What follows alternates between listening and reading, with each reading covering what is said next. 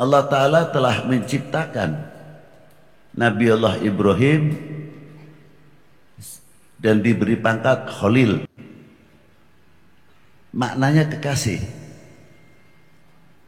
Tapi ketika kepada Rasulullah, in akhadtuka habiban, tapi aku menciptakan kamu ya habibi, artinya ya Muhammad. Habibah, makna habib dengan makna Khalil tidak jauh. Yang tinggi yang mana? Habib. Laulaka, seandainya saya tidak menciptakanmu, ya Muhammad, aku tidak menciptakan alam semesta. Ini jais, bukan berlebihan. Dikit-dikit berlebihan, dikit-dikit berlebihan dari mana? Video tadi sempat viral belakangan ini, sebab di situ ada kata-kata Habib lebih tinggi daripada Khalili. Namun dari video tersebut perlu digarisbawahi bahwa yang dimaksud Habib adalah Kanjeng Nabi, bukan Habib-Habib yang ada di Indonesia saat ini. Kanjeng Nabi itu memiliki gelar Habibi, ada juga gelar Sayyidi, dan banyak lagi gelar lainnya. Namun yaitu tadi, banyak yang memanfaatkan kata Habib untuk dianggap lebih unggul, dianggap lebih tinggi, dianggap lebih mulia, atau apalah istilahnya. Pokoknya intinya agar orang itu menghargai Habib melebihi yang lainnya. Itu saja. Nah, kalau soal Kanjeng Nabi sendiri, Kanjeng Nabi Muhammad sendiri, itu tidak seorang pun yang akan meragukan kealiman, kemuliaan, serta keagungannya, baik di hadapan Allah maupun di depan umat manusia di jagat ini. Sebab beliau adalah Nabi dan Rasul, makhluk pilihan, manusia tak terkalahkan. Tapi kalau soal Habib yang lagi rame diperbincangkan saat ini, bukan Habib gelar Nabi, namun Habib dari Hadramaut Yaman. Dan Habib dari Hadramaut Yaman ini tengah dipersoalkan.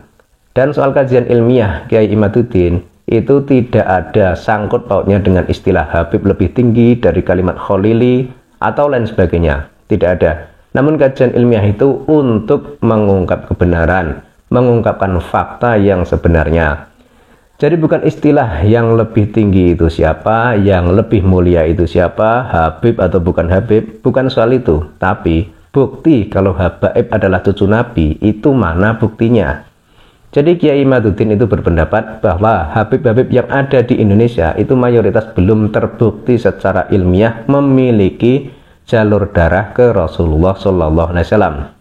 Jelas, hasil penelitian Kiai Imaduddin Utsman ini akan menyengat banyak pihak, khususnya bagi mereka para Habaib sendiri.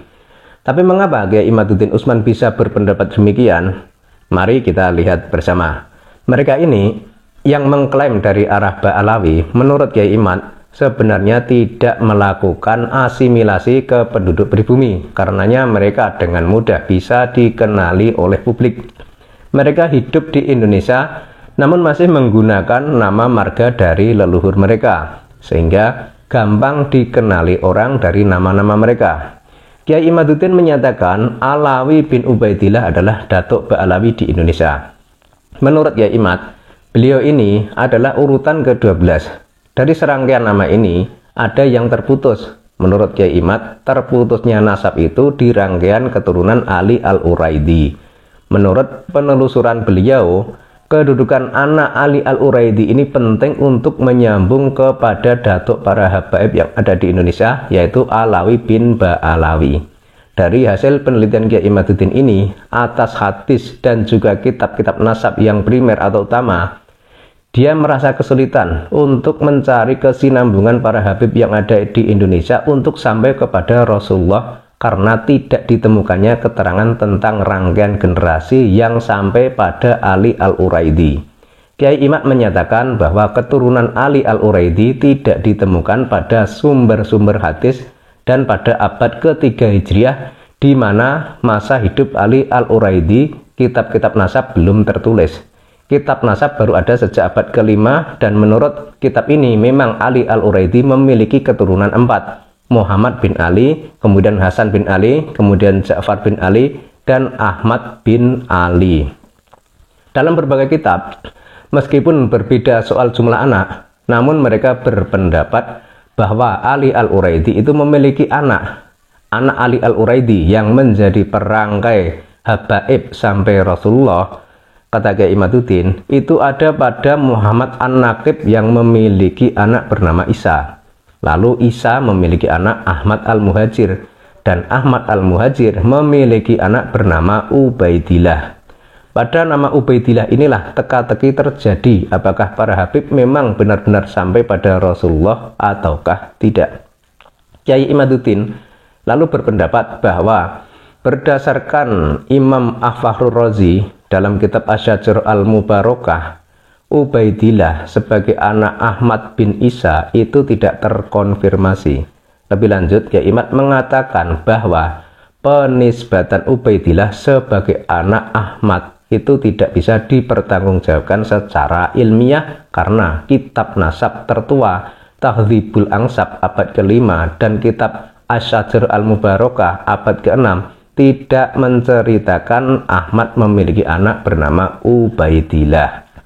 Memang ada kitab-kitab nasab yang menyebutkan Ubaidillah sebagai anak Ahmad bin Isa, namun menurut Kiai Imad itu tidak kuat karena adanya keterputusan riwayat. Nama Ubaidillah sendiri sebagai anak Ahmad bin Isa baru muncul pada abad ke-10 dan tidak ada di kitab-kitab sebelumnya.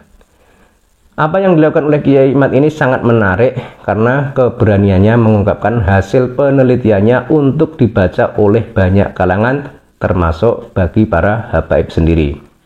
Selain itu, topik yang dibahas juga merupakan topik yang sensitif.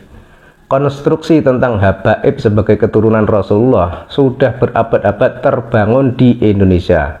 Oleh Kiai Imad berusaha untuk dipatahkan. Sudah barang tentu akan banyak orang yang juga termasuk para habaib sendiri yang merasa bahwa penelitian Kiai Imad ini mengada-ada dan ditujukan secara tendensius untuk menyerang para habaib melalui penelusuran sejarah. Dan jika itu terjadi, maka bantahan pada Kiai Imad harus dituangkan pula dalam bentuk penelitian sejarah keturunan Rasulullah di Nusantara ini.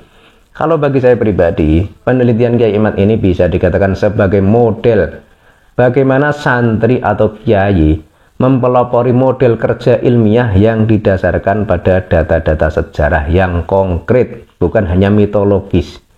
Bagaimana jika penelitian Kiai Imad ini terbukti salah? Jika terbukti salah dan bukti salahnya juga menggunakan prosedur riset ilmiah, maka itu sangat wajar dan biasa terjadi. Tinggal nanti data dan argumen sejarahnya yang diadu di antara berbagai temuan yang ada. Namun jika penolakan atas penelitian Kiai Imad ini dilakukan dengan cara yang tidak ilmiah, misalnya mencaci maki, mengecam, atau bentuk kekerasan, maka itu tidak bisa diterima. Penelitian itu harusnya dibalas dengan penelitian juga. Itu pakemnya seperti itu. Sebagai catatan saja, konstruksi sejarah yang kelihatannya mapan termasuk tentang Habib pada dasarnya adalah bahan sejarah yang terus-menerus terbuka. Mereka yang berminat akan mendalami dan meneliti dan hasilnya bisa saja berbeda dari sejarah yang mapan. Namun apa yang terjadi sekarang? Nyatanya hingga saat ini tidak ada kajian ilmiah untuk membantah Kiai Imaduddin. Artinya apa? Artinya kajian ilmiah Kiai Imaduddin itu memang benar adanya. Dan soal tes DNA bagaimana? Lah ini jalan paling mudah dan paling praktis kalau mau dan berani melakukannya. Namun menurut penjelasan Kiai Nur Ihya Surabaya, berdasar tes DNA beberapa habib yang ada di Yaman, ternyata tidak tersambung pada Rasulullah. Termasuk para habaib yang bermarga bin Yahya, juga nyambungnya justru ke ras Yahudi. Dan ini adalah fakta kebenaran. Sekarang tinggal pilih, mau pilih dongeng dan cerita halu ataukah berpihak pada kebenaran yang berdasarkan fakta. Silahkan tentukan pilihan Anda.